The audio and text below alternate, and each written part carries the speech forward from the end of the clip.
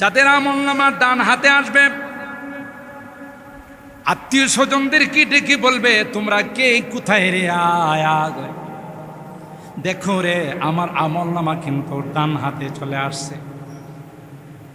কত সুন্দর আমার আমলনামা, কত ভালো রেজাল্ট আমি করেছি। আজকে আমার রেজাল্ট প্রকাশ করা হয়েছে, নতিজা বের করা হয়েছে। আমি কিন্তু এমনটাই মনে করেছিলাম, দুনিয়ার জিন্দেগিটা আমার কিন্তু এমনটাই ধারণা ছিল একদিন আমার হিসাব নিকাশের সম্মুখীন হতো। ইন্নী জানান্তু আন্নী মুলাকিন হিসাবিয়া। তাই আজকে সুন্দর আমলনামা আমি পেয়েছি। আমার জীবনের কোনো অংশ আমি আল্লাহর নাফরমানিতে কাটাই নাই, আমার কোনো অংশ আমি আল্লাহর নবীর নাফরমানিতে কাটাই নাই, নবীর তরিকার বাইরে কাটাই নাই, শয়তানের ওয়াসওয়াসায় পড়ে কোনোদিন নামাজ কাজা করি নাই, কোনোদিন কোনো গুনার কাজে লিপ্ত হয় না। তাই তো আজকে আমার আমলনামা এত সুন্দর। আসো আসো তোমরা আমার আমলনামাটা একটু পড়ে দেখো, কারণ দুনিয়ার জিন্দেগির সূচনা লগ্ন থেকেই আমার এই ধারণা ছিল একদিন আল্লাহর সামনে আমাকে হাজিরা দিতে হবে। অপরদিকে আল্লাহ বলেন, যাদের আমলনামা বাম হাতে আসবে, আম্মা মান উতিয়া কিতাবাহু বিশিমালি ফায়াকুলু ইয়া লাইতানি লাম উতা কিতাবিয়া ওয়ালাম আদরি মা হিসাবিয়া ইয়া লাইতাহা কানাতিল কাদিয়া মা আওনা আন্নি মালিয়া হালাকা আন্নি সুলতানিয়া খুদুহু ফাগুল্লু সুম্মাল জাহিমা সাল্লু। আফসোসের সীমা থাকবে না। আমলনামা বাম হাতে আসবে, চিৎকার করে বলতে থাকবে, ইয়া লাইতানি লাম উতা কিতাবিয়া। আফসোস কেন আজকে আমার আমলনামা আমার হাতে দেওয়া হলো। আমার আমলনামাটা যদি প্রকাশ না হতো কতই না ভালো ছিল। ওয়ালাম আদরি মা হিসাবিয়া, আমি তো কোনোদিন কল্পনা করি নাই যে একটা হিসাব নিকাশ হবে, জিন্দেগির হিসাব নিকাশ পেশ করতে হবে, এই ধারণাটুকুন পর্যন্ত আমার ছিল না। আমি জানতাম না, মাহফিলে যাইতাম না, চিল্লা লাগাইতাম না, কোনো জিকিরের মাহফিলে বসতাম না, কোনো আল্লাহ ওয়ালাদের সংসবে আমি যাইতাম না। ইয়া লাইতাহা কানাতিল কাদিয়া, হায়রে হায় আফসোস যদি কোনো ফাইসালা না হতো, আমার এই জাতীয় দুঃখজনক কোনো ফাইসালা যদি না হতো। মা আওনা আন্নি মালিয়া, আমি না অনেক বড় শিল্পপতি ছিলাম, আমি না অনেক টাকা পয়সার মালিক ছিলাম, আমি না অনেক ধন সম্পদের মালিক ছিলাম। বুধল বাজারে মার্কেট কি মার্কেট আমার ছিল। পুরা ইউনিয়নের মধ্যে আমি একজন ধনী মানুষ হিসাবে পরিচিত ছিল, কিন্তু কই কোনো জমি জামা তো আমার কাজে আসলো না, কোনো টাকা পয়সাই তো আমার কাজে আসলো না, সব তো আমার থেকে পর হয়ে গেল, কোনোটাই তো আমার কাজে আসতেছে না। আমি চেয়ারম্যান ছিলাম, আমি মেম্বার ছিলাম, আমি এমপি ছিলাম, আমি মন্ত্রী ছিলাম, আমি প্রেসিডেন্ট ছিলাম, আমি প্রাইম মিনিস্টার ছিলাম, কিন্তু না না কোনোটাই তো আমার কাজে আসতেছে না। মা আওনা আন্নি মালিয়া হালাকান্নি সুলতানিয়া, সব কিছু আমার থেকে চলে গেল, কোনোটাই তো আমার কাজে আসতেছে না। শুধু আফসুস আফসুস করে চিৎকার করতে থাকবে। আল্লাহ ফেরেশতাদের অর্ডার দিবেন, দেরি করো না, তাদেরকে সুজানে জাহান্নামের মধ্যে নিক্ষেপ করে দাও। নাউজুবিল্লাহ। অনেক গরম, আপনারা যারা এই গরমের মধ্যেও কষ্ট করে আজকের এই দোয়ার মাহফিলে উপস্থিত হয়েছেন, আল্লাহ তাআলা আমাদের সকলের আশা এবং বসাকে কবুল করুন। সকলে বলুন আল্লাহুম্মা আমিন। এই গরম যদি আমরা সহ্য করতে পারি, গরমে বসে যদি একটু কষ্ট করে আল্লাহওয়ালাদের নসিহতগুলো শুনতে পারি, আর সকল মধ্যে গানের জন্য যদি দোয়া করে আমরা যাইতে পারি, তাতে দুইটা লাভ। কয়টা লাভ? দুইটা লাভ। এক নম্বর লাভ হলো, এই গরমকে উপেক্ষা করে, হয়তো আপনি বাড়িতে থাকলে বা আপনার বাসস্থানে থাকলে কাপড় চোপড় খুলে ফ্যানের নিচে বসে একটু আরাম করতেন, কিন্তু আপনি আজকে আল্লাহর ঘরের মেহমান। এই মসজিদের মধ্যে আপনি জামা পোশাক পরে এখানে বসে আছেন একমাত্র কেবলমাত্র আল্লাহকে রাজি আর খুশি করার জন্য, ঠিক কিনা বলেন? তো আল্লাহ পাক এই গরমকে উপেক্ষা করে আমরা যারা সব কিছু বাদ দিয়ে মসজিদের মধ্যে দোয়ার অনুষ্ঠানে আমরা বসা আছি, হতে পারে আজকের এই অনুষ্ঠান যদি আল্লাহ তাআলা কবুল করেন, এই গরমের ওসিলায় আল্লাহ তাআলা আমাদেরকে জাহান্নামের গরম থেকে চিরকালের জন্য মুক্ত করে দিবেন, ঠিক কিনা বলেন? দুই নাম্বার লাভ হলো, আমরা যখন আজকের এই মাহফিলে, দোয়ার মাহফিলে উপস্থিত হয়ে আমাদের মুরব্বীদের জন্য দোয়া করব, আমাদের পরবর্তী প্রজন্মের যারা আয়োজন করেছে, তাই আমাদেরকেও এইভাবে তাদের জন্য দোয়ার আয়োজন করা দরকার। এটাকে বলা হয় সাদাকায়ে জারিয়া। এইভাবেই যদি সিলসিলা চলতে থাকে, একের পর এক দোয়া করতে থাকে, মুমিনদের জন্য সবচেয়ে বড় হাতিয়ার দোয়া। আপনি ইচ্ছা করলেও লক্ষ লক্ষ কোটি কোটি টাকা যারা মরহুম হয়ে কবরে শুয়ে আছেন তাদেরকে আপনি দিতে পারবেন না, তবে আপনার দোয়াটা সাথে সাথে তাদের রুহের মধ্যে পৌঁছে যাবে। যখন কোনো মৃত ব্যক্তির জন্য কেউ দান করে, তাদের জন্য ইস্তেগফারের আয়োজন করে, তাদের জন্য দোয়ার আয়োজন করে, হাদিসে পাকের মধ্যে আসে এই সওয়াবটুকুন যখন তাদের রুহের মধ্যে পৌঁছে দেওয়া হয়, ফেরেশতারা যখন তাদের রুহের মধ্যে এই দোয়ার মাহফিলের সওয়াবটুকু, দানের সওয়াবটুকুন তাদের রুহের মধ্যে পৌঁছিয়ে দেন, এরা এত খুশি হয়, এত খুশি হয়। হাদিসের মধ্যে আসে, একটা মানুষকে দুনিয়া এবং দুনিয়ার মধ্যে যা কিছু আছে সব কিছু দিলে এই মানুষটা যেই পরিমাণ খুশি হবে, তার চেয়েতে অনেক অনেক গুণ বেশি খুশি হয়ে যায় যদি তাদের জন্য দোয়া এবং ইস্তেগফারের ব্যবস্থা করা হয়। তাইলে আপনাদের কি ধারণা?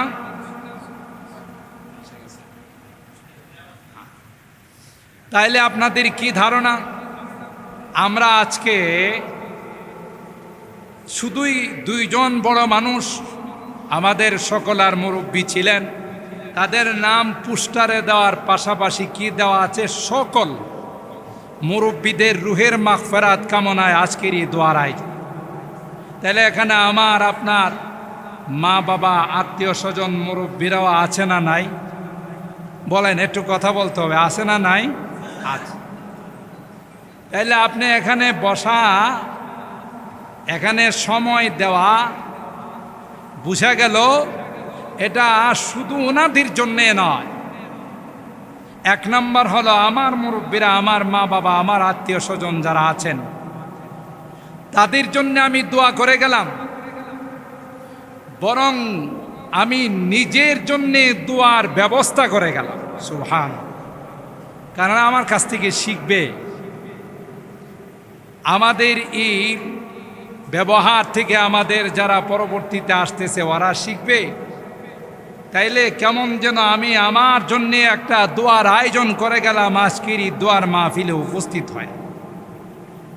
তাই আমি বিনীতভাবে অনুরোধ করব, আশপাশে যারা আছে, আমাদের বাজারেও অনেক মুসল্লিয়ানে কারাম আছেন, মাহফিলটা যদিও মসজিদের ভিতরে হচ্ছে, আরবিতে বলা হয় কাম আর কাইফ। এটা সংখ্যায় যদি মানুষ কমও থাকে, কিন্তু এই মাহফিলটার কদর মর্তবা, তার আজমত অনেক বেশি। এই কারণে যে এখানে অনেক বুজুর্গ উলামায়ে কেরাম, অনেক আল্লাহওয়ালাদের উপস্থিতি হয়েছে। সুতরাং মাহফিলের দাম আল্লাহর কাছে অনেক বেশি। তাই আমরা সময় বাজারে নষ্ট না করে, বাড়িতে নষ্ট না করে আসুন আমরা আজকে এই দোয়ার মাহফিলে উপস্থিত হয়, একটু সময় কষ্ট করে বসি। দুনিয়াতেও লাভ হবে, পরকালেও লাভ হবে। আল্লাহ তাআলা আমাদের সকলকে এই মোনাজাতে, দোয়াতে এবং নসিহতে অংশগ্রহণ করার তৌফিক দান করুন। সকলে বলুন আল্লাহুম্মা আমিন। আমি আগেই বলেছি, খুব লম্বা আলোচনা নয়। প্রচণ্ড গরমে আপনারা কষ্ট করে বসে আছেন এবং উলামায়ে কেরাম আলহামদুলিল্লাহ মোটামুটি সকলে উপস্থিত হয়ে গেছে। তাই আমি মুখতাসারভাবে, সংক্ষিপ্ত আন্দাজে কোরআনে করিমের আয়াতে করিমা এবং রসুল আকরম সাল্লাল্লাহু তাআলা আলাইহি ওয়াসাল্লামের যে হাদিসখানা পাঠ করেছি তার উপর দু একটি কথা বলেই আমার আলোচনার ইতি টানব। আল্লাহ পাকের দরবারে তৌফিক চাই, আল্লাহুম্মা আমিন। আল্লাহ পাক রব্বুল আলামিন কোরআনুল কারীমের সূরা আল মুলক এর শুরুতেই আল্লাহ তাআলা আমাদেরকে জানিয়ে দিয়েছেন, আল্লাযী খালাকাল মাউতা ওয়াল হায়াতা লিয়াবলুয়াকুম আইয়ুকুম আহসানু আমালা। যিনি হায়াত আর মওতকে সৃষ্টি করেছেন, উদ্দেশ্য হলো লিয়াবলুয়াকুম, তোমাদেরকে পরীক্ষা করবেন। আইয়ুকুম আহসানু আমালা, কার আমল কত সুন্দর। শুধু কিন্তু আকসারু আমালা আল্লাহ এখানে ইরশাদ করেন নাই, কার আমল কত বেশি এটা আল্লাহ বলেন নাই, কার আমল কত সুন্দর। সুন্দর জিনিস যদি অল্প হয় তার দাম অনেক বেশি। কি বলেন, ঠিক না বেঠি? আপনি যে কোনো একটা জিনিস যদি আপনি চয়েস করেন, স্বর্ণের জিনিস হোক, রূপার জিনিস হোক, অথবা অন্য কোনো জিনিস হোক, জিনিসটা যদি সুন্দর হয়, আপনার চোখে লেগে যায়, তাইলে কিন্তু দাম যাই বলো, যেহেতু আপনার চয়েস, আপনার পছন্দ, টাকার দিকে আপনি তাকাবেন না, ওইটা আপনাকে কিনতেই হবে, যেহেতু জিনিসটা আমার কাছে ভালো লাগছে। ঠিক আল্লাহ পাক আয়াতে কারিমায় আমাদেরকে জানান দিচ্ছেন, আহসানু আমালা, কে তোমাদের মধ্যে সবচেয়ে সুন্দর আমল করে। এই প্রতিযোগিতাটা আমি দেখার জন্যেই তোমাদেরকে বানাইছি। তাইলে বুঝা গেল আমাদের দুনিয়ার হায়াতের মাকসাদ, এই জিন্দেগির মাকসাদ পরকালের আমলের মধ্যে প্রতিযোগিতা করা। কোরআনে কারীমের বহু জায়গায় আল্লাহ তাআলা ফাস্তাবিকুল খায়রাত, তোমরা ভালো কাজে প্রতিযোগিতা করো, ওয়াসারিউ ইলা মাগফিরাতিম মির রাব্বিকুম, তোমরা কাটচিতি ভালো, আল্লাহর কাছে কাটচিতি কে বেশি ক্ষমার জন্য প্রতিযোগিতা করতে পারো। এইভাবে বিভিন্ন আয়াতে আল্লাহ তাআলা আমাদের এই জিন্দেগিটা সুন্দর করার জন্যে, জিন্দেগির আমল সুন্দর করার জন্যে, পরকালের জন্য এই জিন্দেগিটাকে সাজানোর জন্য আল্লাহ তাআলা কিন্তু আমাদেরকে দুনিয়াতে পাঠাইছে। এখানে আমরা কেউ চিরকাল থাকব। আমাদের মুরব্বীরা চলে গেছেন, আর কোনোদিন আসবেন না। আজকে আমরা আছি, আমরাও চলে যাব। আমাদের জায়গাতে আরেকজন আসবে। যেই জন্যে আমরা যখন মানুষকে দাফন করি, তখন মাটি দেওয়ার সময় যে আয়াতে কারিমা তিলাওয়াত করি, যে দোয়াটা আমরা পড়ি, মিনহা খালাকনাকুম, পড়ুন, মিনহা খালাকনাকুম ওয়া ফিহা নুঈদুকুম মিনহা নুখরিজুকুম তারাতান উখরা। এই দোয়াটার অর্থটা হলো, আল্লাহ পাক বলেন মিনহা খলাকনাকুম, আমি কিন্তু তোমাদেরকে মাটির দ্বারাই বানাইছি, মাটির দ্বারাই সৃষ্টি করেছি। তুমি পৃথিবীতে যত বড় পদ পদবীর মালিক হও না কেন, যত টাকা পয়সার মালিক হও না কেন, মনে রাখতে হবে তোমার সৃষ্টি কিন্তু এই মাটির দ্বারা। কিসের দ্বারা? মাটির দ্বারা আমি তোমাকে সৃষ্টি করেছি। মুফাসসিরিনে কেরাম, আল্লাহ তাআলা আমাদেরকে মাটির দ্বারা বানাইছেন, তার তাফসীর করেন, এক নম্বর হলো বিখালকে আবিকুম আদামা মিন তুরাব। যেহেতু আমাদের সকলের বাবা হযরতে আদম আলাইহিস সালাম, আমরা তারই সন্তান। আর আদম আলাইহিস সালামকে আল্লাহ তাআলা কি দিয়ে বানাইছেন? বলেন বলেন। মাটি দিয়া। কি দিয়া বানাইছেন? হযরতে আদমকে আল্লাহ তাআলা মাটির দ্বারা সৃষ্টি করেছেন। আমরা যেহেতু তারই সন্তান, সেই হিসাবে আমরাও কিসের সৃষ্টি? মাটির দ্বারা আমাদেরকে আল্লাহ তাআলা সৃষ্টি করেছেন। এটা হলো এক নম্বর। দুই নম্বর, তাফসীর মুফাসসিরিনে কেরাম করেন যে আমাদেরকে সরাসরি যদিও মাটির দ্বারা আল্লাহ বানান নাই, যে বীর্যর দ্বারা আল্লাহ তাআলা নাপাক একটি এক ফোঁটা পানির দ্বারা আল্লাহ তাআলা কুদরতিভাবে আমাদের এই সুন্দর ডিজাইন করেছেন, আমাদের এই সুন্দর নকশা করেছেন, যেই নকশা পৃথিবীর কাহারও পক্ষে করা সম্ভব নয়। সামান্য একটু নাপাক পানি, বীর্য, এর মধ্যে আল্লাহ তাআলা এত সুন্দর ডিজাইন করেছেন। কোরআনে কারিমে চারটি জিনিসের কসম করে আল্লাহ বলতেছেন, ওয়াত্তিন ওয়াজ্জাইতুন ওয়া তুরি সিনিন ওয়া হাযাল বালাদিল আমিন। এই চারটি জিনিসের কসম করে আল্লাহ তাআলা আমাদেরকে জানান দিচ্ছেন, লাকাদ খালাকনাল ইনসানা ফি আহসানি তাকবীর। সবচেয়ে সুন্দর করে আমি আল্লাহ তাআলা মানুষকে বানাইছি। সুবহানাল্লাহ। সামান্য একটু বীর্যের মধ্যে আল্লাহ তাআলা কি কারিগরি করলেন, যেই কারিগরির মাধ্যমে সবচেয়ে সুন্দর করে, সবচেয়ে আকর্ষণীয় করে আল্লাহ তাআলা, সবচেয়ে সুদর্শন করে আল্লাহ তাআলা আমাদেরকে বানাইছেন। তো যেই বীর্যের দ্বারা আল্লাহ আমাদেরকে বানাইছেন, ওই বীর্যটা যেই জিনিস দ্বারা উৎপাদিত হয়, মানুষ ফল ফসল, গাছগাছালির জমিনের ফল ফসল খাওয়ার পর এই বীর্যটা ওখানে সৃষ্টি হয়, আর তার দ্বারা আল্লাহ আমাদেরকে বানাইছেন।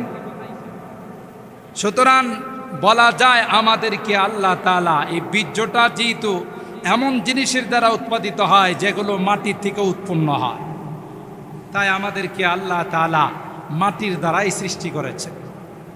তো আল্লাহ তাআলা এখানে এই আয়াতে কারিমার মধ্যে আমাদেরকে স্পষ্টভাবে জানান দিয়েছেন, মিনহা খলাকনাকুম, আমি কিন্তু তোমাদেরকে এই মাটির দ্বারা বানাইছি। তবে মনে করো না এই তোমাদের শেষ, আমার হাত থেকে ছুটে গেলে, না না, ওয়াফিহা নুঈদুকুম, আবার কিন্তু এই মাটিতে আমি তোমাদেরকে ফেরত নিয়ে আসবো। আল্লাহু আকবার বলেন। কোন মাটিতে? যেই মাটির দ্বারা বানাইছি ওই মাটি তোমাদের ঠিকানা হবে। আর ওয়ামিনহা নুখরিজুকুম তারাতান উখরা, এই কথাও মনে করার কোনো অবকাশ নাই যে এই মাটির মধ্যে চলে গেলে আর কাহারো কাছে ধরা দিতে হবে না। না না, আবার ওখান থেকে তোমাদের পুনরুত্থান হবে। আমি আল্লাহর দরবারে তোমাদের উপস্থিত হতে হবে, হাজির হতে হবে। জীবনের হিসাব নিকাশ কিন্তু আমার সামনে পেশ করতে হবে। এই আয়াতে কারিমার মধ্যে আমাদের সূচনা, শুরু এবং শেষ, পরিণাম এবং পরিণতি কি হবে আল্লাহ তাআলা কিন্তু আমাদেরকে জানাই দিয়েছে। বিধায় এই জিন্দেগিটা বড় দামি। এটাকে যদি কেউ হেলায় অবহেলা করে নষ্ট করে দেয়, তার দুঃখের সীমা থাকবে না। আর যারা এই জিন্দেগিটাকে আল্লাহর দেওয়া বিধান মতো, রাসূল আকরাম সাল্লাল্লাহু তাআলা আলাইহি ওয়াসাল্লামের দেওয়া তরিকা মতো এই জিন্দেগি পরিচালনা করবে, তারা সফল কাম। দুনিয়াতেও তারা সফল কাম, পরকালেও তারা সফল কাম। সমস্ত জিন্দেগির মধ্যেই তাদের জন্য শুধু নাজ আর নিয়ামত, শুধু অব্যর্থ। তাই আল্লাহ তাআলা সূরা আলে ইমরানের এই আয়াতের মধ্যে আমাদেরকে জানান দিয়েছে, কুল্লু নাফসিন যায়িকাতুল মাউত। এ দুনিয়ার মানুষ, মনে রাখো, দুনিয়াতে আসছো আর কখনো যাবে না। এ কথা কোনোদিন তোমাদের ভাবার অবকাশ না যে আসছি আর কোনোদিন এখান থেকে বিদায় নেব না। তোমার বাবা ছিল, তোমার দাদা ছিল, তোমার পূর্বপুরুষরা ছিল, খবর নিয়ে দেখো একজনও দুনিয়ার জমিনে নাই। সবাই দুনিয়ার জমিন থেকে বিদায় নিয়ে পরপারের বাসিন্দা হয়ে গেছে। শুধু তুমি কেন, তোমার বাপ দাদা কেন? পৃথিবীর ইতিহাসকে একটু তালাশ করে দেখো। হাফতে আকলিম কা খাজানা আজ হে वो जिनके साथ, হাফতে আকলিম কা খাজানা আজ হে वो जिनके साथ, गोर में जाएंगे कल वो पाबुरहाना खाली हाथ। কবি ডাক দিয়া বলেন, গোটা বিশ্বের যারা বাদশা ছিল, গোটা বিশ্ব যাদের আঙ্গুলের ইশারায় চলে, যেমন বর্তমান বিশ্বের মোড়ল ধরা হয় আমেরিকাকে, জো বাইডেনকে, চায়নার প্রেসিডেন্ট শি জিনপিংকে, যারা গোটা বিশ্বের মধ্যে যাদের কর্তৃত্ব চলে, যাদের মোড়লগিরি চলে, আপনাদের কি ধারণা থাকবে না যাবে? কথা কয় না? এরা কি চিরকাল দুনিয়াতে থাকবে না, বিদায় নিয়ে যাবে? কবি ডাক দেয়া বলেন, হাফতে আকলিম কা খাজানা আজ হে वो जिनके साथ, गौर में जाएंगे कल वो पाबुरहाना खाली हाथ। গোটা বিশ্বের যারা বাদশা ছিল, গোটা বিশ্ব যাদের ইশারা, হযরতে সুলাইমান পয়গম্বর, হযরতে যুলকারনাইন, বিশ্ব হারামজাদা নমরুদ, বুখতে নাসার সহ যারা গোটা বিশ্বের রাজত্ব করেছে, যাদের আঙ্গুলের ইশারায় গোটা বিশ্ব চলতে বাধ্য ছিল, কবি বলেন খবর নিয়ে দেখো গো, এরা কিন্তু দুনিয়া থেকে চলে গেছে, পায়ের জুতাটা পর্যন্ত নেওয়ার তাদের কোনো সুযোগ ছিল না। কি বলেন, ঠিক না? জুতা তো দূরের কথা, কোমরের মধ্যে রশি থাকে, কোমরের মধ্যে কালো সুতা থাকে। দুনিয়ার মানুষ এই কালো সুতাটা পর্যন্ত নিতে দেয় না। ঠিক, এটা পর্যন্ত নিতে দেয় না। কিসের বাহাদুরি, কিসের মাস্তানি, কিসের পাওয়ার, কিসের দবদবা, কুজা কারুন, কুজা কারুন, কুজা ফিরাউন, কুজা নমরুদ শুধু হামার, কুজা শওকতে শাহ, কুজা তখতে সুলাইমানি। যাদের এত শান শওকত ছিল, এত দবদবা ছিল, খবর নিয়ে দেখো নাই, তাদের নাম নেওয়ার পর্যন্ত কোনো মানুষ না। এই জন্যে এই পৃথিবীটা থাকার জায়গা নয়। এই পৃথিবীতে আল্লাহ তাআলা পরকালের সামান নেওয়ার জন্য, কবরের আসবাব নেওয়ার জন্যে অনন্ত অসীম কাল কিভাবে আমি সুখে শান্তিতে থাকব, এই পুঁজি নেওয়ার জন্য আল্লাহ তাআলা ক্ষণিকের জন্য দুনিয়ার জিন্দেগিতে আমাদেরকে পাঠাইছে। কেউ যদি এই দুনিয়ার জিন্দেগিটাকেই চূড়ান্ত মনে করে, এটাকে যদি মনে করে আমার শেষ, চরম ভুল করবে। ভাগ্যবান ওই ব্যক্তি মান দানা নাফসা ওয়া আমিলা লিমা বাদাল মাউত, যে নিজেকে চিনছে এবং পরবর্তী সময়ের জন্যে, পরবর্তী কালের জন্যে আমল করে দুনিয়া থেকে গেছে। তাদের আনন্দ, তাদের খুশি দেখে কে? কোরআনে কারীমের সূরা আল হাক্কার মধ্যে আল্লাহ তাআলা বলেন, এমন ভাবে যারা জিন্দেগি অতিবাহিত করছে, আল্লাহর জন্য জিন্দেগি ওয়াকফ করে দিয়েছে, কিয়ামতের কঠিন ময়দানে তাদের হাতে যখন ডান হাতে আমলনামা আসবে, তাদের খুশি দেখে কে? তাদের আনন্দ দেখে কে?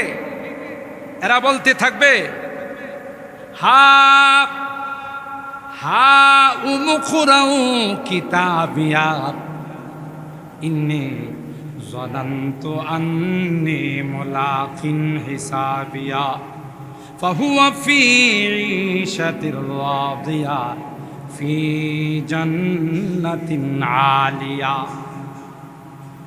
মোহতারাম হাজিরিন, বড় কঠিন সময় আমার আপনার আসতেছে, সেটা হলো বরজখের জিন্দেগি, কবরের জিন্দেগি। সুতরাং দুনিয়ার জিন্দেগিটাকে যারা কাজে লাগাবে, আল্লাহর খুশনদি, আল্লাহর সন্তুষ্টির মধ্যে, আল্লাহর রেজামন্দির মধ্যে রাসূল আকরাম সাল্লাল্লাহু তাআলা আলাইহি ওয়াসাল্লামের তরিকা মতো জিন্দেগিটা রঙ্গাইবে, সাজাবে, তার আনন্দের সীমা থাকবে না। আর যারা এর বিপরীতে সাজাইবে, তাদের দুঃখ দুর্দশা হাই হুতাশের সীমা থাকবে। এখন আপনার অধিকার, আপনাকে আল্লাহ তাআলা স্বাধীনতা দিয়েছেন, আপনি কি হাসবেন না কাঁদবেন? যদি মনে করেন পরকালে আমি হাসবো, তাইলে যা হয়েছে এখন থেকেই তাওবা করতে হবে, আর মালিকের নাফরমানিতে আমি লিপ্ত হব না। রাসূল আকরাম সাল্লাল্লাহু আলাইহি ওয়াসাল্লামের সুন্নতির খেলাফ কিছু করব না। এখন থেকে প্রতিজ্ঞা আমাকে নিতে হবে, তাইলে আমার পরকালের জিন্দেগিটা সুখের এবং শান্তিতে হবে। আজকে যে মরহুমদের স্মরণে এই দোয়ার আয়োজন, সবার পরিচিত মুখ ছিলেন আমার নানা জান। আমরা খুব বড় হয়ে নানা জানকে সেরকম ভাবে দেখতে পাই নাই, ছোটকালে দেখেছি। সবাই তাকে শ্রদ্ধা করত, সম্মান করত, ইজ্জত করত। আমি সাতিয়ানের ছেলে, আমাদের মুরব্বীরা আমাকে যা শোনাইছেন, যে জীবনে কোনোদিন দেখি ওনাকে আমরা আগে সালাম দিতে পারি নাই। তাইলে আগে সালাম দেওয়া এটা সুন্নত। আর যাদের ভিতরে কোনো অহংকার নাই, ওরাই আগে সালাম দেয়। সুবহানাল্লাহ বলে। এই যে একটা সুন্নত, আফসুস সালাম, যে তোমরা সালামের রেওয়াজ দাও। আমাদের আকাবের, আমাদের মুরব্বী যারা ছিলেন, আমাদের বুজুর্গানে দিন, তাদের মধ্যে এই সুন্নতের আমল ছিল। মাটির মতো মানুষ ছিলেন, মাদ্রাসার জন্যে, দ্বীনের জন্যে, ইসলামের জন্যে গোটা জীবন কুরবান করে দিয়েছেন। পাশাপাশি পরবর্তীতে তার এই সুযোগ্য সাহেবজাদা, যিনি মাদ্রাসার, মালিহাদা মাদ্রাসার প্রতিষ্ঠাতাদের অন্যতম ছিলেন নানা জান, আর হজরতুল আল্লামা মরহুম হাবিবুর রহমান সাহেব রাহিমাহুল্লাহ, তিনিও এই মাদ্রাসার জন্য আমরা যা দেখেছি, এবং দর্শ তাদরিস, তালিম, তাআল্লুম, দ্বীনের খেদমতের জন্য গোটা জীবন ওয়াকফ করে গিয়েছেন। আজকে যে মসজিদে বসে আলোচনা করতেছি, এই মসজিদের জন্যও তার কলবের একটা জ্বলন ছিল, যে কিভাবে মসজিদরা সুন্দর করে এখানে কায়েম করা যায়। তাতে আমরা সংক্ষিপ্ত আকারে এটা উপলব্ধি করতে পারি, তাদের জীবনটাই ছিল আল্লাহ এবং আল্লাহ রাসূলের রেজামন্দির জন্যে, সন্তুষ্টির জন্য ওয়াকফ করে দিয়েছিলেন। সুতরাং আমরা যদি তাদের মতো এমন পরমুখী জিন্দিগি বানাইতে পারি, পরকালের জিন্দিগি বানাইতে পারি, তাহলে আমরাও সফল কাম হব। হাদিসটা আমি তাই পড়েছিলাম, উজকুরু মাহাসিনা মাউতাক। তোমাদের মৃত ব্যক্তিদের ভালো ভালো জিনিসগুলো তোমরা আলোচনা করো। তাদের দ্বারা যদি মানুষ হিসাবে কোনো ভুল ভ্রান্তি হয়েও থাকে, সাবধান, এগুলো তোমরা চর্চা করবে না, এগুলো নিয়ে তোমরা সমালোচনা করবে না। বরং 2 দিন আগেও মেশকাতের ছাত্রদেরকে পড়াইলাম, ফাদাউ হু ইনদাল্লাহ, তাদের কিছু হয়ে থাকলে আল্লাহর কাছে তাদেরকে ছেড়ে দাও। ওমা ইনদাল্লাহি খায়রুল লিল আবরার, নেককারদের জন্য আল্লাহ যা রেখেছেন এটাই সর্বোত্তম, এটাই সবচাইতে শ্রেষ্ঠ। মুহতারাম হাজিরিন, তাই আমি আগেই বলেছি, মাহফিলের আকার আয়তন ছোট হলো, এ মাহফিলে যে সকল হাস্তিরা আজকে উপস্থিত হয়েছেন, অনেক বড় বড় হাস্তি ইতিমধ্যেই আমাদের সামনে উপস্থিত হয়ে গেছেন।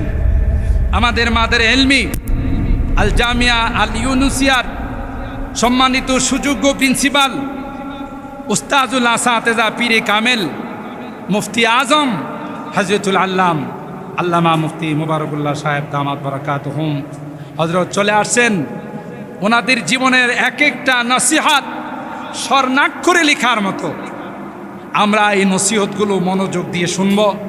আমি যেহেতু এই পরিবারেরই সন্তান, এই রক্তের মানুষ, তাই আমার আশাটাকে আমি অনেক জরুরি মনে করেছি।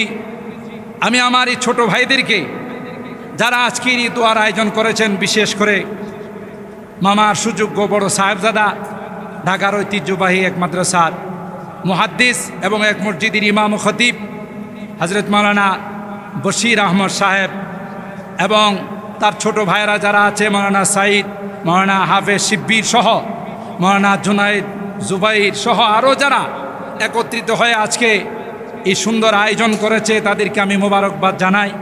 এই আয়োজন করার জন্যে তাদেরকে ধন্যবাদ জানাই।